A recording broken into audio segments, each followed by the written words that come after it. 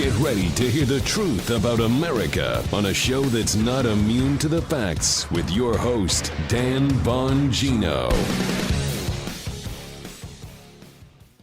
Yes. Yes. Yes. I have been waiting for this day. Oh, exonerated, acquitted again.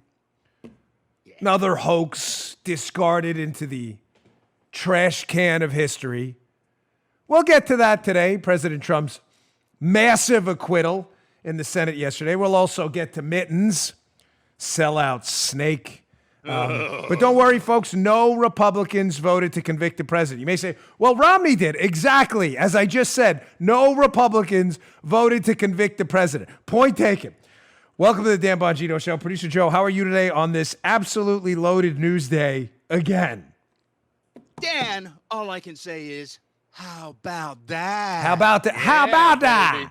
How about that? I had a tweet this morning. Good morning, liberals. How does it feel? I just wanted to remind you, acquitted, exonerated again. All right, let's get to it. I got a busy show for you today. Today's show brought to you by Buddy's Hat, who's one of my favorite sponsors, who I will be using today, by the way, the teeter inversion table. With a teeter inversion table, use gravity and your own body weight to decompress your spine and relieve pressure off your discs. Pull that spine, flexible, supple spine. Get those muscles loosened up, those discs loosened up. I need this. I'm going to jiu-jitsu today to work out, so I go on the teeter inversion table afterwards. I do it for a few minutes a day, sometimes twice. It's a great addition to your daily routine to maintain a supple, healthy spine and an active lifestyle. If you have back pain, if you don't have back pain, take care of it now. If you don't have back pain, avoid it. If you do have back pain, jump on that teeter, invert every day, and keep your back and joints feeling great. I feel like a new man when I get off it. Not only does it help my back, it's helped my shoulders, which I have pretty bad arthritis on. Some products I talk about I use regularly, some I don't. I use this twice a day. I've done my homework on it. It's the best inversion table on the market. Over 3 million people have put their trust in teeter. By the way, it's super easy to use. You lock in your ankles. You just gently turn upside down, invert. I get a little bit of a teeter rush from it. I call it the teeter high. I love it. It's great. For a limited time, you get Teeter's new upgraded model of the inversion table, the Teeter Fit Spine, with bonus accessories. Stretch Max handles helps you stretch out that spine even more. An easy reach ankle system plus a free inversion program mat for the ultimate inversion experience. Teeter inversion tables have thousands of reviews on Amazon, are rated at 4.9 stars. And with this deal, you'll get $150 off when you go to teeter.com/Dan. Do not miss out on this opportunity. You also get free shipping, free returns, and a 60-day money-back guarantee, so there's no risk for you to try it out. Remember, you can only get this new Teeter Fit Spine Inversion Table plus the free inversion program app by going to teeter.com/Dan. That's teeter.com/Dan. Go today. You're going to love this thing, teeter.com/Dan. All right, Joe, let's go. Ding, ding. So, I think the best way to sum up what happened yesterday, I'm going to go into a little more detail about this, but that's some State of the Union recaps as well, and also today's edition of These People All Know Each Other in the Deep State Swamp, and they all have something to hide. So number one, the New York Post cover kind of sums up this whole thing. Nancy Pelosi thought it would be a good idea to rip up the State of the Union address. The New York Post put on their cover today, Donald Trump ripping up the articles of impeachment. Acquitted president gets the last laugh on Nancy Pelosi. You're darn right he did. You're darn right, Skipper. Now, I was on Laura Ingram's show last night debating Chris Hahn, who we'll have on the interview show this week with an extended form debate. We'll be recording that later today. We'll launch it on Saturday on our YouTube channel, youtube.com/Bongino. But I said to Chris and Laura last night, and I'll say to you today, this impeachment was a huge success. Wait. What do you mean it was a huge success? It was. For the Republicans, this was an enormous success. Joe, how could it not be? Listen. Could it not be? I mean, if you're interested in things like facts, facts and data, if you're not interested in that, you found the wrong show. Go to another show, one of those liberal shows, the Dino Badilli show, whatever that guy who I got into that Twitter fight with yesterday. Those liberals, go to those shows. The Young Turds, go over there. They avoid facts and data like the plague. If you're interested in facts and actual data, though, this impeachment was a huge success for the GOP. Let's lay out a couple points. Number one. Donald Trump's approval is not only up, approval ratings, measured by Gallup, Ladies and gentlemen, Gallup is not known to be, I'm not trying to impugn Gallup, but some polls historically will have a bent leaning towards conservatives, some towards liberals. You get what I mean, folks. Yeah, it's just man. sample size stuff and how they aggregate their data, algorithms they use and that thing.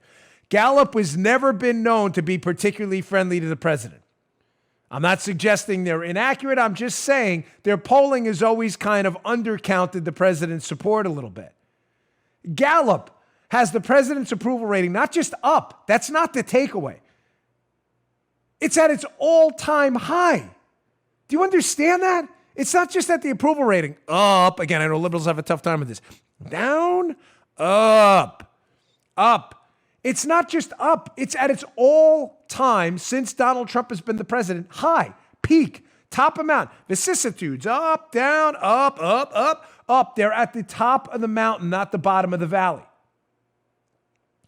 I told you now for eons that impeachment is not a criminal trial. It is a political attack on the president. If based on actual crimes, high crimes and misdemeanors, it's a legitimate political attack on the president, not a physical one, a political one, to expel him from office via a Senate trial after articles of impeachment are passed by the House of Representatives. But it is a political attack. There are no criminal penalties if the president is convicted and deemed guilty by the Senate trial. None. There may be later, but there are none. The president is simply removed from office. If the goal is a political attack, and politics is based on your ability to move public opinion, and your ability to move public opinion is based on public support, ladies and gentlemen, none of this is complicated to figure out unless you're a liberal. And public support after your political attack doesn't go down, but goes up to the highest levels the president's ever seen. Can we deem, using ration and reason, that your attack has failed? I'm just saying. I think, yeah. You know what this is for the baseball players out there? This is a bunt. You always got to hold the barrel of the bat up higher when you bunt. Because if you hold the barrel of the bat lower, or even, you risk popping the ball up. You pop the ball up, you're going to blow the bunt. A bunt. Reminds me of my big fat Greek wedding, the cake. Remember they gives the cake? It's a bunt? A bunt? That's a different cake. I'm talking about an actual bunt. A bunt? What's a bunt? Remember that? Some of you saw the movie. A bunt. What's a bunt? They're confused as to what it is. So he gives them the bunt cake. This was a bunt, and they blew it. All Nancy Pelosi had to do was say, we're not going to impeach him until we have evidence he actually did something wrong, until public opinion moves in our direction, and she couldn't do it. So takeaway number one, this is a massive success for the GOP. The American public, largely, not speaking for everyone, obviously, because I hate when people say the American citizen. I'm saying largely. The American people, based on the two impeachments in our generation, the Clinton impeachment and the Trump impeachment, have turned against both of them because they like to pick, unsurprisingly, for an entrepreneurial kind of renegade culture like we are, the American people, Joe, like to pick their own presidents. How about that? How about that? They don't want a bunch of swamp rat bureaucrats telling them their vote doesn't matter. Why is this surprising to you, Democrats? How did you not get this? Did you not learn from Clinton, where the Republicans took a beating? Bill Clinton left office with 63% approval after being impeached. Did you miss this? So number one, approval rating up, massive success for the GOP. Number two, the liberal activist full-time bootlicking media surgically attached their lips to the rear end of the Democrat Party, full-time, can't even disconnect them anymore. You know how you remove those stitches after surgery? These are it's like glue to the collective Democrat rear end. It's like crazy glue. Have now been occupied for what, Joe? 3 months? What is this impeachment? The whole process was something like 90 days? About 3 months have been occupied. Right. Yeah. My timeline's right? With nothing other than this impeachment fiasco. You may say, well, how is that a win for the GOP? Because, ladies and gentlemen, I'm not crazy when I tell you there are limited hours in the day for media consumption, correct? Americans work for a living. We're an entrepreneurial culture. We get dirt under our fingernails. We have kids to raise, soccer games to go to, baseball games to go to, jobs to attend to, food to put on the table. I would guess, and this is unscientific, so forgive me, but I would guess Americans have largely about maybe 1 to 3 hours a day to consume media, news, and various types of entertainment before they go to bed, put their kids to bed, and wake up and do it all over again. If those 1 to 3 hours, say 2 of them are consumption of news and media, and 1.5 of those hours are for an impeachment hoax you were never going to prove, then what are they not covering in that time? Oh, that's right. Yes, the Democrats and policy ideas they may have, policy prescriptions for tomorrow, campaigns, presidential campaigns, all gone. All gone. All wiped out because for 3 months, all you could cover was a hoax impeachment you were never going to prove. Number 1, President Trump's approval up. Number 2, media occupied almost full time. Number 3, the Democrats are entirely, completely off message. I'm not going to relitigate yesterday's show where I played the Ragin' Cajun. Democrat strategist James Carville, who's been at this for decades, who lost his marbles on MSNBC, saying, what are you guys doing, Democrats? What are you doing? We're talking about this stuff that doesn't matter. Of course you are, because you chose to impeach the president, and you're not talking about anything that largely the American people really care about. Their health care bills, their tax rates, their job future, their local kids' school, roads that are falling apart. You know, it's ironic. I wanted to get to this yesterday, and I missed it because there was so much going on. By the way, yesterday's show was our most listened to, downloaded ever overnight. Thank you. You all are the best. Like, seriously, I love you all to death. Monster numbers yesterday. We beat like cable news channels yesterday. Not a joke. Yeah. Even Joe emailed me this morning. He's like, what the hell? I was like, I don't know. The numbers were off the chart. But because yesterday's show was so loaded, I missed this. Remember, we're talking about point number 3, why the GOP won, because the Democrats are off message. It's ironic that in the post-State of the Union address, the rebuttal, the Democrats chose the governor of Michigan, Gretchen Whitmer. Whitmer, who I'm not a fan of, and I think is an awful governor, by the way. But one of her campaign slogans was fix the damn roads.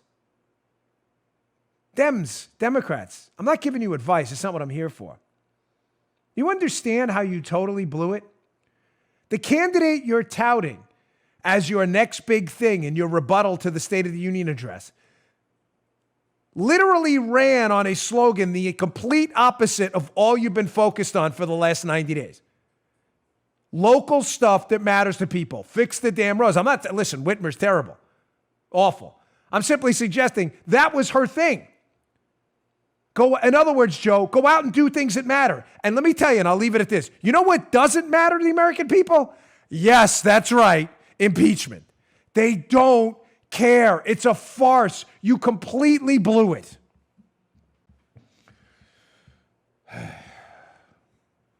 All right. Now, this is just kind of a funny comic relief break here. This is hysterical. Hat tip to this Reddit user at the Donald. Nancy Pelosi, apparently, you know her ripping of the State of the Union address? You may say, oh, man, I know Nancy Pelosi supporters are like, she got all emotional. She's just like Donald Trump. She's a warrior for the cause. She ripped up the State of the Union address. Really? She did? Yeah, Nancy Pelosi apparently pre-ripped during the speech. Pre-ripped the speech. I guess so when she did it, she would make sure it would rip and she wouldn't be struggling there on camera. Look at this. This is great. Oh, what a scam there. You can see, hat tip the Reddit. Look at her pre-ripping the speech. Isn't that great? If you want to see the actual video, youtube.com/Bongino. It's short and sweet, but that Reddit user zoomed in. You can see Pelosi there, you go, pre-ripping the speech. What a phony. Rip here. Good one, Joe. Open here. Rip here. With an arrow. Wait, here you go. With a little arrow. I need my shit. I can't find my rip at this point. She probably had some. No, you know when you go in for like a house closing and they put those little Post-it stickies that say sign here? She had one of those. Yeah. Rip here. Rip. And it had a time marker too. Count 20 seconds after President Trump. Rip here after he's a. That's a good one, Joe. Rip here. We need to have those, but we should sell those for like charity. Rip here. Pre-printed Post-it notes. Rip. Total phony. The whole thing was an act, folks. She's a total fraud. A total fraud. Here, to wrap this segment up, though, because again, I don't want you to think it's just me And Republicans like, oh, Dan, you're just rubbing it. Of course I'm rubbing it in. That's what I do because this is the new rules. It's time to really stick a fork in the Democrats. Now's the time to pile on. But I am objective when I come to evaluating the numbers about how this was a colossal disaster for the Democrats. I showed you Jim Carville yesterday, Democrat strategist, losing his marbles over how stupid this was. But here's Terry Moran, another, media guy who's definitely not right-leaning on, I believe, ABC. But here's a quick 15-second soundbite of him saying, what the hell did you guys really get out of this, Democrats? Check this out. The problem is for Democrats going forward, though, they spent years trying to drive this president from office through impeachment. What was the opportunity cost of that? Are they only known before the voters in the fall as the party of outrage and contempt? They'll need more. I played that clip for a couple reasons. Number one, it's a mainstream media person who obviously doesn't lean right. He wouldn't be in the mainstream media if he did. I don't know Terry Moran. It's not a personal knock. I'm just saying pretty much a prerequisite to get hired by a mainstream media outlet that you hate Republicans, who's even suggesting, like, what the hell was the point of all this? But I like the clip because he mentions an economic term I bring up often on the show. I haven't discussed in a long time. Opportunity cost. That's a real term in economics. A lot of you, it's basic. I mean, it's an Econ 101 term. But if you're not in economics, kind of like if you're not into baseball, you don't know what a bunt is. It's not personal. It's just not your thing. It's important that he brought that up because it's a little deeper if you know what opportunity cost means. Let me just give you a quick analogy. An opportunity cost is this. My wife is a really skilled web designer, Paul. I don't know if you know that about her. Now, let's say she's out of work for personal reasons. Let's say she just doesn't want to work. She's taking a vacation, a break, whatever it may be, and she gets an offer from the local hamburger joint to flip burgers at $10 an hour. If she turns a job down, you may say, well, gosh, man, she cost herself $10 an hour, potentially hundreds of dollars a week by turning down the hamburger joint job. That's not really the cost of the lost opportunity. That may be a pure financial loss, but it's not an economic loss. The real opportunity cost for her, this more significant cost, if she just does, say she didn't want to work, I'm just using her as an example because she's sitting right in front of me, is my wife's really skilled. Like, she could charge a labor rate really high. I don't know, $200-300 an hour to build websites that are very complicated. So the real opportunity cost is not the $10 an hour she's losing by not working. She does work over here, by the way. It's the hundreds of dollars an hour she's losing by not taking on what she could really do, which is web design, which is worth a lot more in the labor market than, making hamburgers. You get what I'm saying? In other words, opportunity cost, it's an important economic term. This guy, Terry Moran, uses it in a very skillful way, is the real cost of the lost opportunity. And the cost of all the things you could have done, design websites, whatever, that you didn't. There's a cost to that, of a lost opportunity. And Moran is very smart to use that term right here because you have no idea what the Democrats could have done because you can't prove a counterfactual by the lost opportunity. Why, Joe? Because they didn't take it. The opportunity they chose was to sit there and do nothing, impeachment, rather than to take on things that their base, not me, but their base may like. Government health care, increased public education money, stuff I'm not a huge fan of, but it's stuff they may be. You'll never know what you could have done because you lost the opportunity. Dopes. So stupid.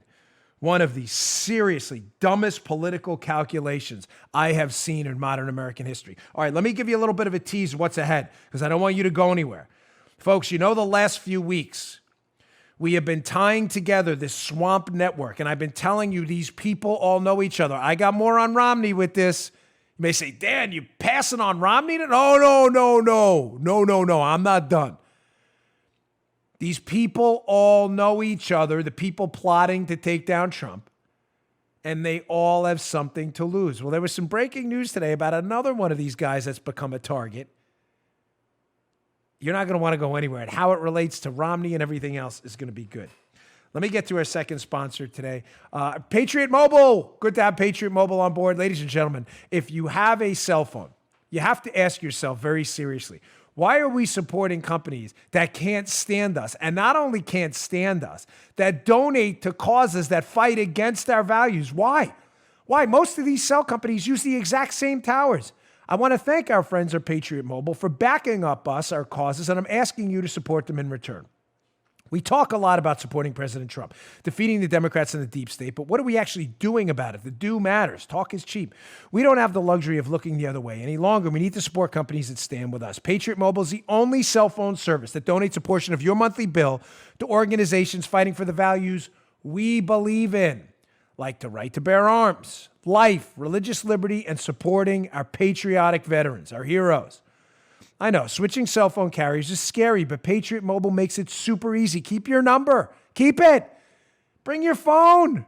Buy a new one. Get the same reliable nationwide service. Go to patriotmobile.com/Dan and get free activation when you use the offer code Dan, plus a free gift when you open a new line. Or call the U.S.-based customer service team at 877-367-7524. Do it today. That's patriotmobile.com/Dan, patriotmobile.com/Dan, or 877-367-7524. Offer code Dan. Go today. Thanks, Patriot Mobile. Okay, quickly, before I get to that they all know each other segment, that's going to take a bit. Just a quick recap. Yesterday was so loaded with video and audio, I didn't even get to cover some of this stuff. The State of the Union yesterday, there were a number of takeaways, and I just want you to be assured that despite the media's protestations that, President Trump's a big fibber, man, he's always lying. Meanwhile, from the mainstream media that promoted the Russia hoax the whole time. A couple of the big takeaways he hit and the highlights in that State of the Union address, I covered it more from a tactical perspective yesterday, but from a pure facts and data-driven perspective, oil production is up. He addressed that yesterday. We are now a net exporter of oil in the United States. Exporter. Right. Yeah. By a sliver, but we are still a net exporter. We do import a lot, but we export more. For liberals who have a tough time meaning what net exporter actually means.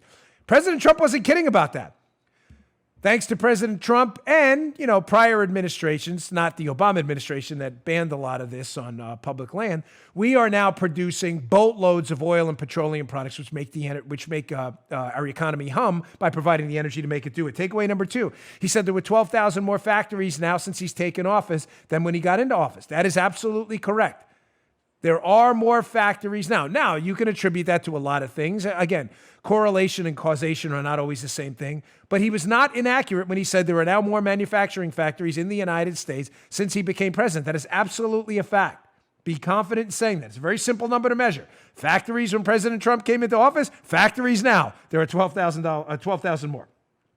The unemployment rate for Black and Hispanics are at decades-long lows. There is no question about that. Matter of fact, the unemployment rate for Black Americans is the lowest it's been since they started aggregating the data that way. That's a fact.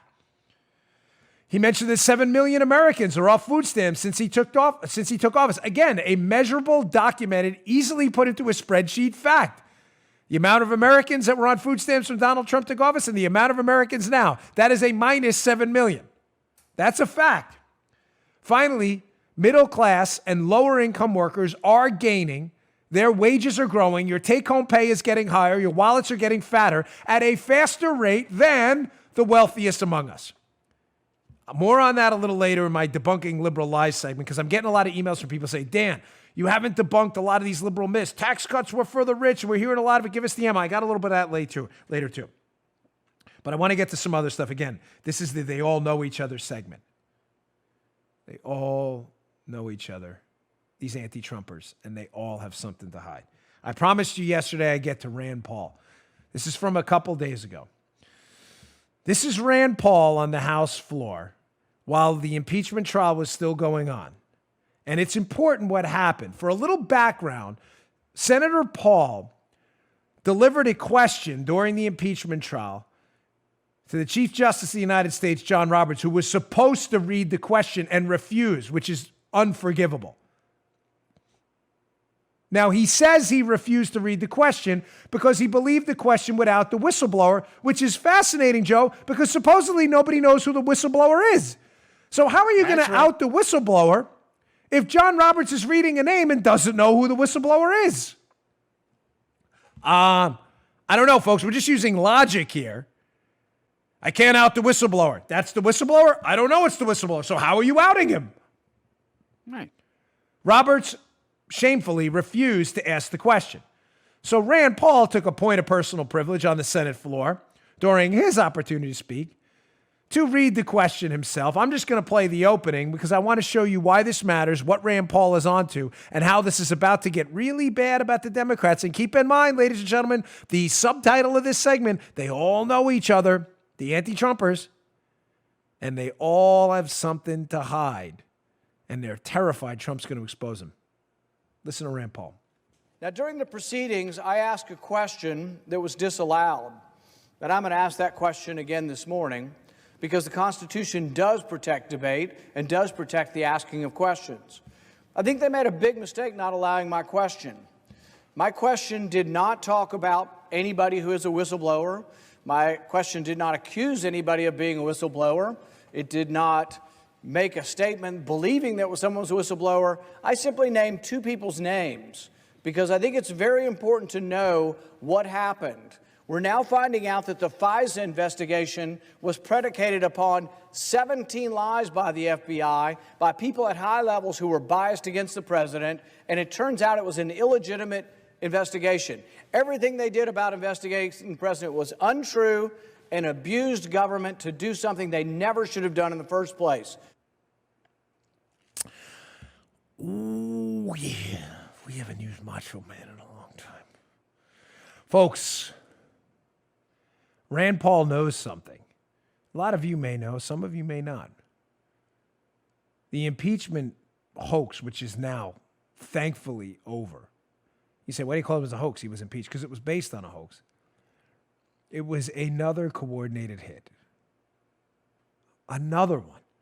Just like the Spygate drama, just like the Mueller, Rosenstein, DOJ, fake investigation into President Trump. This is all coordinated, ladies and gentlemen. These people all know each other, and they all need to desperately get rid of President Trump before justice comes and finds him.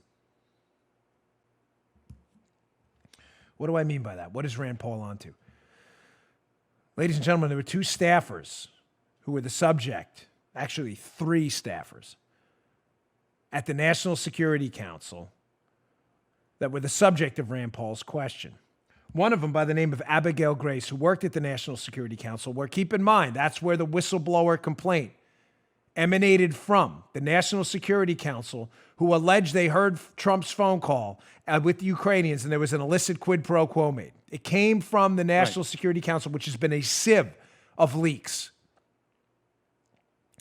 A National Security Council member, Abigail Grace, working for the President's National Security Council, under the executive office of the president, left to go work for who? Adam Schiff. Bizarre. Absolutely bizarre.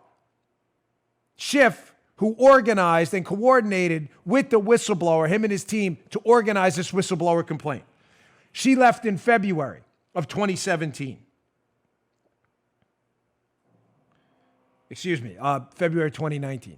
In August of 2019, right before the whistleblower complaint was lodged, another staffer left by the name of Sean Misko. Again, Rand Paul's question's long. That's a 6-minute speech. I don't have which phrases out, but I don't have the time for the whole thing. And of course, the whistleblower is banned by YouTube, the name. And I need you to get this information. Banned by YouTube, which is just bizarre. But Sean Misko, another National Security Council member who is known to be a friend of the fake whistleblower, left the same month that the whistleblower filed the fake complaint.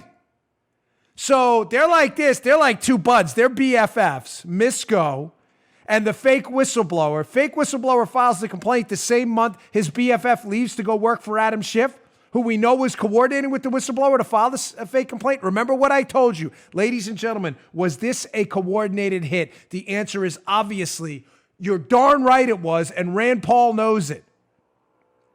His question was about Misko and Grace and their relationship to the fake whistleblower. Now, here's a Red State piece, which I find a little bit interesting. And by a little bit, I mean a lot of bit interesting. This Red State piece quotes a source who says, new, colleagues overheard the YouTube-censored fake whistleblower discussing with Sean Misko from the National Security Council how to remove Trump from office right after Trump was elected president. Now, of course, the media will find this totally, completely uninteresting. But for media people actually interested in facts, and it is a small, shrinking portion of people actually interested in the facts in this case, you don't find it a little odd And ladies and gentlemen, you know why I always frame this stuff in the form of a question? I do it because you can't avoid, best political advice I ever got, you can't avoid a question, you can avoid an assertion. A question triggers the human mind. I'm just asking you in the form of a question, don't you find it a little odd that Sean Misko, who worked for the National Security Council, who was a friend of the fake whistleblower, who according to Red State had a source who overheard Misko with the fake whistleblower talking about how to get the president removed from office, leaves right before the fake whistleblower files a complaint, his buddy, to go work for Adam Schiff, who coordinates with the whistleblower on a complaint about a quid pro quo that never happened. You don't find that remotely odd? No, sheer coincidence. Of course it's a coincidence if you're a liberal media meathead or Rob Reiner. Then you got it all figured out. No, ladies and gentlemen, there's nothing to see here. Folks, what part of walking through this is hard for you media people and liberals? A source overhears this guy Misko talking to the fake whistleblower minutes after Trump is inaugurated president, or days, be fair, precision matters, about removing him from office. The fake whistleblower files a complaint about a quid pro quo they allegedly overheard in a call that never happened, while his best buddy is over there working for Adam Schiff. Isn't it also convenient that the charges are sent to the Inspector General of the intelligence community, essentially the internal affairs guy, Michael Atkinson, who then alters the rules so that a second-hand complaint, because the fake whistleblower didn't actually hear the call he was complaining about. And complaints have to be first-hand meaning you heard it for the liberals listening. It was not first-hand. The fake whistleblower did not hear the call. So the Inspector General alters the rules to allow the fake whistleblower to file a complaint he should have never filed about a quid pro quo that never happened, coordinating with a guy on Adam Schiff's staff who he used to be buddies with, who they're overheard talking about a plot to get Trump out of office. Don't worry, liberals. Absolutely nothing to see here. Oh, and another little nugget, throwing you the deuce here. The ICIG they give the complaint to, Michael Atkinson, was also the lawyer in the Department of Justice National Security Division that approved the warrants to spy on Donald Trump and was the lawyer for one of the final approvers, a guy by the name of John Carlin, who ran the National Security Division of the Justice Department that approved the warrant to spy on Trump. And John Carlin used to be Bob Mueller's chief of staff. Don't worry, folks. None of this matters. You see do you understand? Please listen to me. They all know each other. I know you know that. But they all have something to hide. Carlin, Atkinson, they were all involved in a plot to spy on the president with no evidence. They need to get this guy out of office. How do you think Atkinson's name creeped up again with another fake complaint about a quid pro quo that never happened, and they changed the rules to allow it to happen? Why? So they can get rid of this president before these guys are all smoked out. They're hiding in caves. The president's smoking them out. We found out also that the fake whistleblower, shocker here, get ready, that the fake whistleblower was an advisor to former Vice President Biden on Ukraine issues. Oh, yes, that's right. Ukraine issues that President Biden was the point man on, while his son got a job in Ukraine for $83,000 a month with a natural gas company, despite having zero credentials in either natural gas or Ukraine. Nah, this sucks too much. This sucks too much. Your suck meter's overloaded? Listen, it is. Joe has never said that. Joe's got a pretty high suck meter because he's used to hearing all this. Joe's suck meter is now overloaded.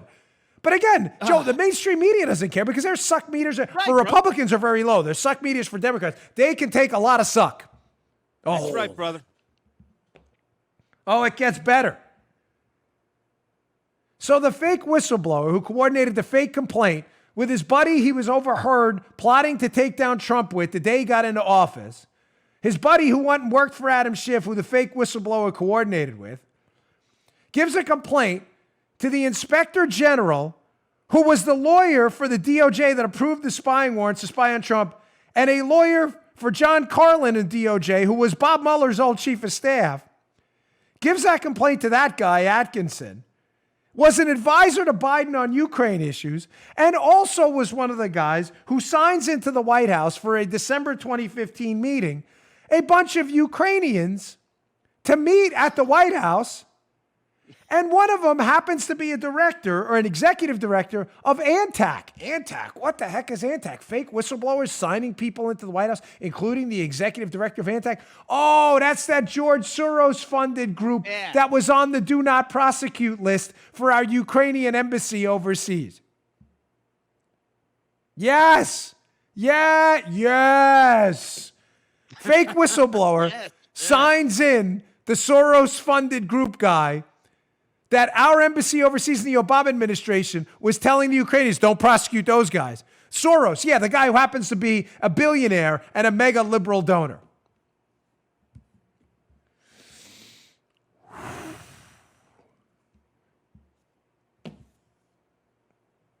Now you see what Rand Paul's onto? Now do you get why Rand Paul wants to know exactly what Misko and fake whistleblower guy and Abigail Grace on Adam Schiff's staff were doing? Ladies and gentlemen, they all know each other, and they're all hiding their corruption in Ukraine, the Biden administration's corruption in Ukraine. They are hiding their coordination with foreign governments to spy on Trump. They are hiding this paper trail where they ignored evidence that this Trump thing was a hoax, this collusion thing, and went forward anyway, abusing the powers of government. They need this president out of office. I'm not done. I got more under the subheadline. They all know each other, and they all have something to hide.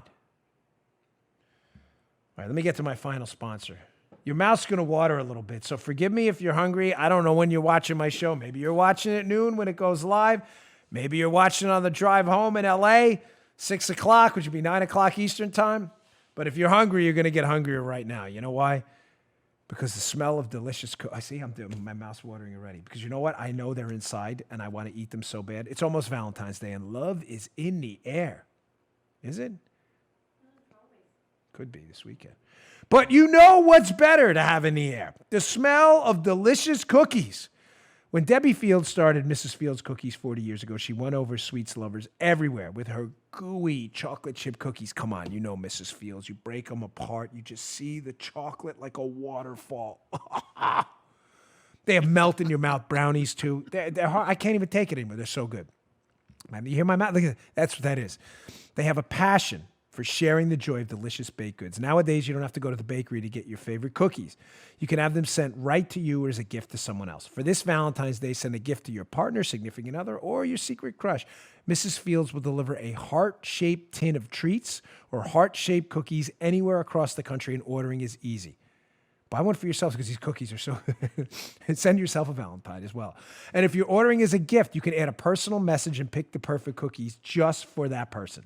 Best of all, Mrs. Fields offers a 100% customer satisfaction guarantee. Ladies and gentlemen, if you're not satisfied with Mrs. Fields cookies, they are delicious. They sent us a cookie pie for Valentine's Day. Oh, I could bring it in here and show you, but there's almost none left because my daughter and I have been punishing that thing. It's so good. That is how delicious it is. No, it won't make it. It won't make it even inside because I'll eat it right here. To sweeten the deal, our listeners get 20% off your entire order when you go to Mrs. Fields. That's Mrs. MRS Fields.com/Bongino. That's 20% off any gift at mrsfields.com/Bongino. That's MRSFIELDS.com/Bongino. mrsfields.com/Bongino. Your cookies are on the way. Your taste buds and your significant other will thank you. I love flowers, but they die. This experience of eating Mrs. Fields cookies will live with you forever. They're that good. Check it out, mrsfields.com/Bongino. I always love that read because they are that good. They're delicious. I punish those cookies. I can eat a whole bag of them. I eat like a slob. You wipe your lips there, dude. Joe, you can attest to that, right? That I eat like a monster. I mean, it's really it's like horrifying. The Tasmanian devil. It is the Tasmanian. It never stops. It is. I can't even talk. I almost choked a couple of times eating because I love food so much. All right, getting back to the show. So, subsection 2 of today's edition of They All Know Each Other, ladies and gentlemen. They all have something to hide. I've told you this. This swamp, whatever, I don't care what you want to call it. The deep state, the silly state, the swamp state. I don't care. The bureaucracy, the morass, whatever you want to call it. believe me, is very real. There are unelected bureaucrats in this government who hate this president, have a lot to hide, and will do anything to get rid of him before he gets to the bottom of what actually happened. Now, I saw this article up in the Washington Examiner today. I think it was Dan Chaitlin. And I thought, again? Now, for those of you longtime listeners, this story may ring a bell. For you new listeners, don't worry, I'll sum it up. Yeah, Dan Chaitlin. I'll sum it up for you why this story matters. This will not get any mainstream media coverage again, but it's more evidence of the feverish rush by the swamp to get people either locked up, shut up, or put in jail so they never talk about what happened. Here's the headline. Dan Chaitlin, Washington Examiner, DOJ reviewing criminal referral from Adam Schiff against Eric Prince. Please read this article at the show notes. Go to Bongino.com/newsletter. That's our newsletter. Subscribe to it. We'll send you a daily email with these articles. Please read this. Why is the DOJ now? Why is Adam Schiff? I'll show you, read a quote from the piece. Excuse me, I don't mean to stumble over my words, but this is from the piece, the Washington Examiner piece. Quote, seeking prompt action, from the DOJ. Adam Schiff, he's worried, Joe. He wants prompt action. Why? Adam Schiff claimed Eric Prince hindered his committee's work with deceptive answers about meetings with Kirill Dmitriev, chief executive officer of the Russian Direct Investment Fund, and his relationship with President Trump's campaign. Even Joe may be a little confused. He's got a lot going on here, but I know he's heard the Eric Prince story before. Don't worry. I'll sum this up for you. So Washington Examiner story today, which I'm telling you will go right over a lot of people's heads, but it won't go over yours. Washington Examiner story. Eric Prince, Adam Schiff is demanding action that this Eric Prince guy, who was a subject of the collusion witch hunt because he met with a Russian, Kirill Dmitriev, in the Seychelles, and the Democrats and their hack, lying, phony frauds in the media were like, look, this is evidence of Russian collusion. Why? Because Eric Prince's sister is Betsy DeVos, who is who? President Trump's education secretary. They're like, look, meeting with the Russian, Kirill Dmitriev. Ladies and gentlemen, this meeting was a setup. I am 100% certain. A setup by the same people who sent Alexander Downer, by the same people who sent Joseph Mifsud, by the same people who sent Natalia Veselnitskaya up to Trump Tower to meet with Don Jr. It was a setup. I have no doubt that these people were being sent to meet with people in the Trump orbit or associated with people in the Trump orbit. Why? So later on, Joe, they would have evidence. Look, Eric Prince met with Russians. Sure. Collusion. I have no doubt this was a setup. Let's move on. I'm just kidding. You may say, you said it was a setup. You always prove it.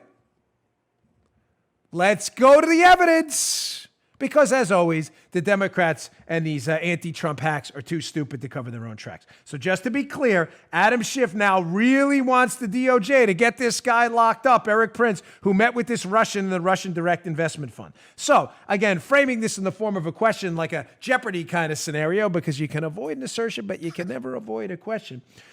So Eric Prince, who was a supporter of Donald Trump and whose sister works for the Trump administration, met with the Kirill Dmitriev for the Russian Direct Investment Fund. The Russian Direct Investment Fund is managed by who? Kirill Dmitriev, who is associated with who? Well, let's go to this left-leaning website, Salon.com, that did an expose on the Panama Papers, which was a group of papers that showed some relationships with international money that were kind of shady. So left, by the way, far left-leading Salon.com had an interesting little nugget I'll bet they'd love to take back about the Russian Direct Investment Fund and Kirill Dmitriev. Let me read this for you. In his report on the Clinton machine's ties to Saudi Arabia, Michael Isikoff also notes that two of the Clinton lobbyist bundlers, Richard Sullivan and David Jones, are principals in a firm that until late last year represented, no way, the Russian Direct Investment Fund, a sovereign wealth fund co-founded by Vladimir Putin when he was prime minister. Wait. I thought the Republicans were the Russian colluders. So you're telling me two major lobbyist bundlers, as reported by a left-leaning outlet, Richard Sullivan and David Jones, were representing Vladimir Putin's Russian direct investment fund? Wow, that's insane. That can't be, because Republicans are definitely the Russian colluders, right? Yeah. So Clinton orbit big money guys, Clinton lobbyist bundlers are representing Putin's direct investment fund that mysteriously meets with this Eric Prince, who is in the Trump orbit? Yeah, I wonder how that meeting happened. Hey, I think you should go meet with this Prince guy. We need evidence of Russian collusion. Keep in mind, we're going with this. I'm going to show you how the Russian Direct Investment Fund, co-founded by Putin and managed by Kirill Dmitriev, who met with Eric Prince, who Adam Schiff now wants prosecuted quickly because they don't want this setup to be exposed. Go meet with Prince. We'll say he colluded with the Russians. I'm going to show you how the Russian Direct Investment Fund has a whole lot of suspicious ties, not to the Trump orbit, but to the Clinton orbit. Two of its biggest bundlers are managing Clinton's money and his lobby and managing the Russian Direct Investment Fund too? Weird. The Russian Direct Investment Fund that these Clinton lobbyist bundlers are associated with, they also partnered up with someone too. Gee, what are the Clintons trying to hide with their association with the Russian Direct Investment Fund? Well, the Russian Direct Investment Fund, as we can see from their own website, the RDIF, for liberals, that means Russia Direct Investment Fund. I got to be clear because they may be confused by there. They'll be like, what does that RDIF mean? Listen, for the conservatives, I'm sorry to have to dumb the show down, but some liberals do listen to the show and they won't know what this means. Here is from the Russia Direct Investment Fund's own website. RDIF and Skolkovo, Singapore businessmen, agree to jointly assist startups. So one of the Russian direct investment firms associated with these Clinton orbit people is partnered with Skolkovo. Now, some of you older listeners are like, whoa, putting it all together right now. What was Skolkovo? Skolkovo, let's go to this article, which will be in the show notes. I cannot encourage you in strong enough terms to please either sign up for my newsletter or go to Bongino.com, click on the podcast drop-down menu, and you can see this article in the show notes. It is by Diana West. It is worth your time. It's from 2017, but you need to read this. It is one of the most important articles of the election cycle.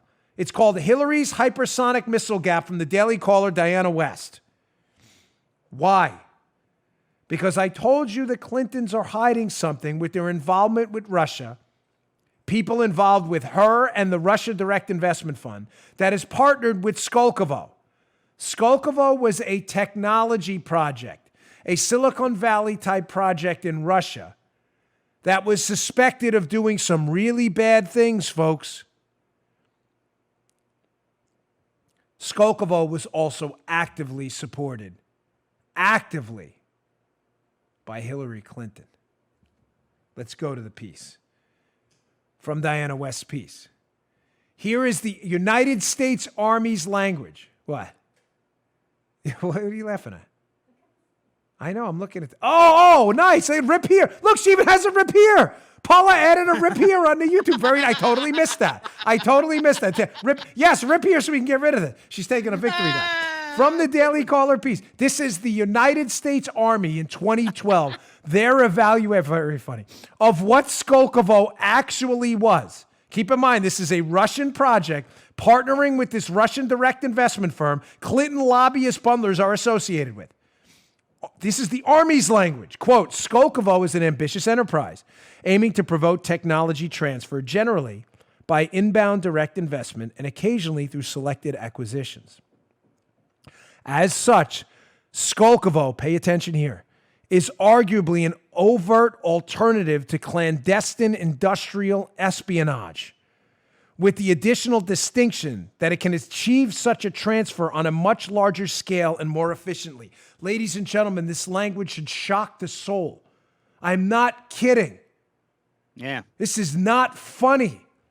Hillary Clinton actively supported a Russian technology project called Skolkovo, partnering with an investment fund co-founded by Putin, some of her biggest money people were associated with. that the Army's own intel branch thought was stealing our technology and using it to create military weapons like hypersonic missiles to kill us. This is not a joke. That's not a conservative website's evaluation. The Daily Caller and Diana West are simply quoting the United States Army. Hey, this Skolkovo is really bad. This may be mass industrial espionage, stealing our trade secrets to develop weapons. What kind of siren do you need to go off to be like, wait, Hillary was pushing this? Oh, it gets worse. Follow the money, ladies and gentlemen. These people all know each other and they all have something to hide. Follow the money. Takeaway number 2 from Diana West's piece. So Bill Clinton wanted to meet with someone on a trip to Russia. On this trip, he was going to be paid $500,000 for a speech in Moscow. The person he wanted to meet with was a guy by the name of Victor Vekselberg of Renova, a big Clinton Foundation donor, by the way. And to quote Diana West's piece, and a project under Vekselberg's purview was the Skolkovo Innovation Center. So let me get this straight. Bill Clinton, keep that up for a second, is being paid $500,000 to go to Moscow to give a speech. While on that speech, he wants to meet with Vekselberg, who is running the Skolkovo project, which is alleged to be stealing our military technology to kill us, and backed by Hillary too, in case you didn't know, his wife. Oh, and who paid the $500,000 speaking fee? No way. You're never going to, this is real. I'm not messing with you. Renaissance Capital paid Bill Clinton the speaking fee, or was going to pay him it, which is a Russian investment bank with ties to the Kremlin, is a Clinton Foundation donor, a Skolkovo executive, and which talked up the Uranium One project, whose sale the Clinton State Department would approve and whose executives together contributed $145 million to the Clinton Foundation.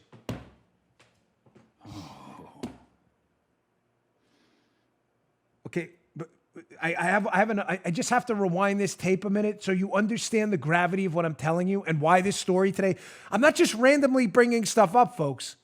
As Joe always says, the news of the day you need in an hour. This news of the day, I guarantee you, flew over the head of 99.9% Americans that Adam Schiff is now in a panic and wants Eric Prince prosecuted promptly. DOJ, go arrest him. Why? Because Prince was set up clearly to meet with this Russian managing a direct investment fund who the Clintons were tied to through their lobbyist bundlers, and the fact that the Russian direct investment fund was partnered with a military project disguised as this industrial espionage outfit that Hillary Clinton supported. It was a Russian espionage project to steal our stuff. And then we find out the guy running the espionage project, Vekselberg, Clinton wanted to meet with him on a speech in Moscow, paid for by a Russian bank, Renaissance Capital, that was also involved in the funding of the Uranium One deal to send our uranium overseas. Uranium, nuclear fuel, for the liberals listening. While the Clinton State Department approved the deal. You know, Trey Gowdy was on last night. Who was he on with? Hannity? I believe he was on with Hannity. Yeah, he was on with Hannity. And Trey Gowdy was on. He said something last night that should ring every one of your bells. He said, let me get this straight. The Trump administration was investigated and impeached based on hearsay about a phone call. I'm kind of adding a little bit to this, but forgive me. Mm-hmm. The Trump administration was investigated based on hearsay in a bar between George Papadopoulos and Alexander Downer about a Russian collusion hoax that never happened. You spied on him. And then I'm going to add, he was later impeached on secondhand hearsay about a phone call quid pro quo that never happened either.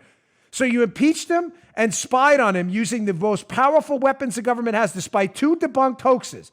And nothing more than hearsay and a conversation in a bar that even the 2 people participating in the conversations dispute the media's recount of it. Or excuse me, retelling of it. You impeached the president and spied on him because of that.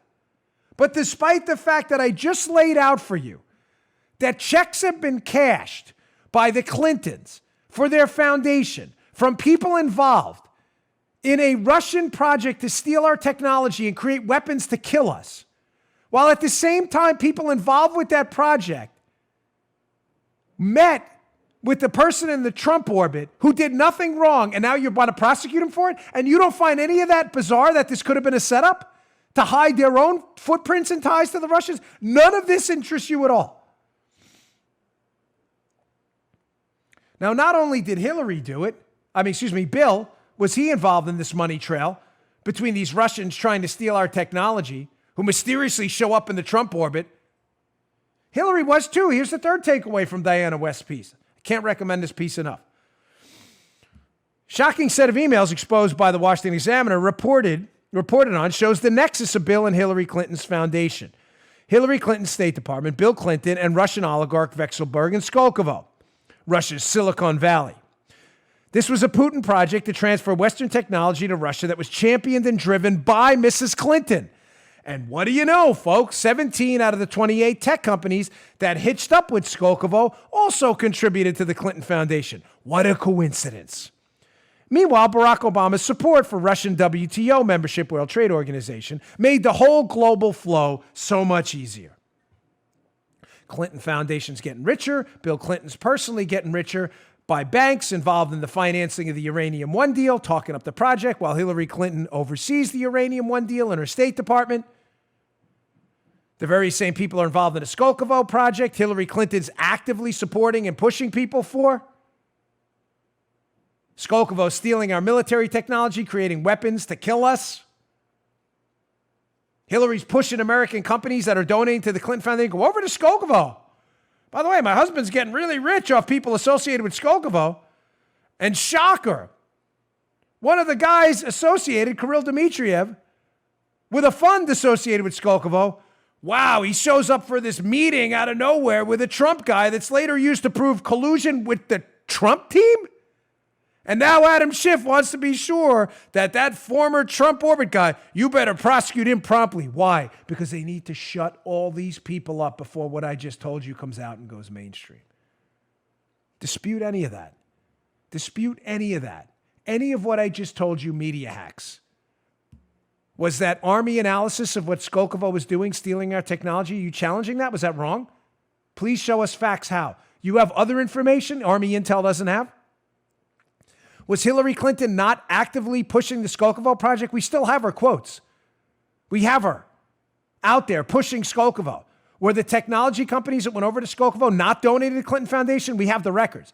Was Bill Clinton not offered $500,000 to speak by a bank that actively pushed the Uranium One deal that Hillary Clinton's State Department approved? What about that is false?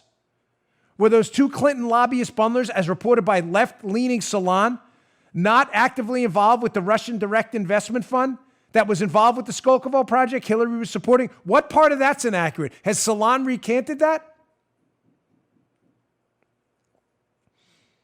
They want everybody locked up, folks, and shut up. They need to get Trump out of office first. This stuff is all going to come out one day. You know, I like your emails. I enjoy them, and they really touch my heart when you say, Dan, I've been listening to your show, and we get a lot of these. This is not a self-praise moment. It's praise to you because I get a lot of sources. It's not just me. A lot of sources have done this, but there's nothing more rewarding than people emailing me and saying, I feel like the news I'm hearing now is already old. Because if I've been listening to this show, you're easily 3-4 months ahead of the news cycle. All right, I told you I'd get to Romney. I didn't mean to keep it to the end of the show, but again, ladies and gentlemen, I'm going to have to do my debunking liberal stuff tomorrow. They all know each other, and they all have something to hide. So Romney, fake Republican, snake, sellout, fraud, phony, yesterday was the only Republican who voted for one of the articles of impeachment. The first one, he got up on the abuse of power charge, like guilty, which is, absolutely ridiculous to anyone who's followed the case. But here's a fascinating little tidbit about Romney as well. This is an older article, again, be in the show notes today. September 26, 2019, by Ariel Davidson, who does good work over at The Federalist. Quote, top Romney advisor worked with Hunter Biden on board of Ukrainian energy company. No. What are the chances of that? No. Joe, this deep state swamp stuff is all. Of course, again, folks. I'm begging you, too much. please. I mean, right, Joe? How many? But this is like 15 different coinky dinks today. This can't possibly be. They all People know, all know each other. dude.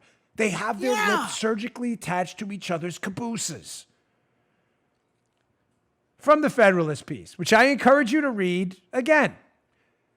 So Cofer Black, who joined the CIA in 1974 and eventually climbed the ranks to become director of the National Counterterrorism Center from 1999 to 2002, well, Cofer Black was appointed by President George W. Bush in 2002, ambassador at large and coordinator for counterterrorism. Cofer Black later worked at Blackwater, which is interesting because that was Eric Prince's old company. Oh, wow, that's crazy. As a vice chairman, before joining Romney's campaign as a special advisor on Romney's foreign policy and national security advisory team in October of 2011.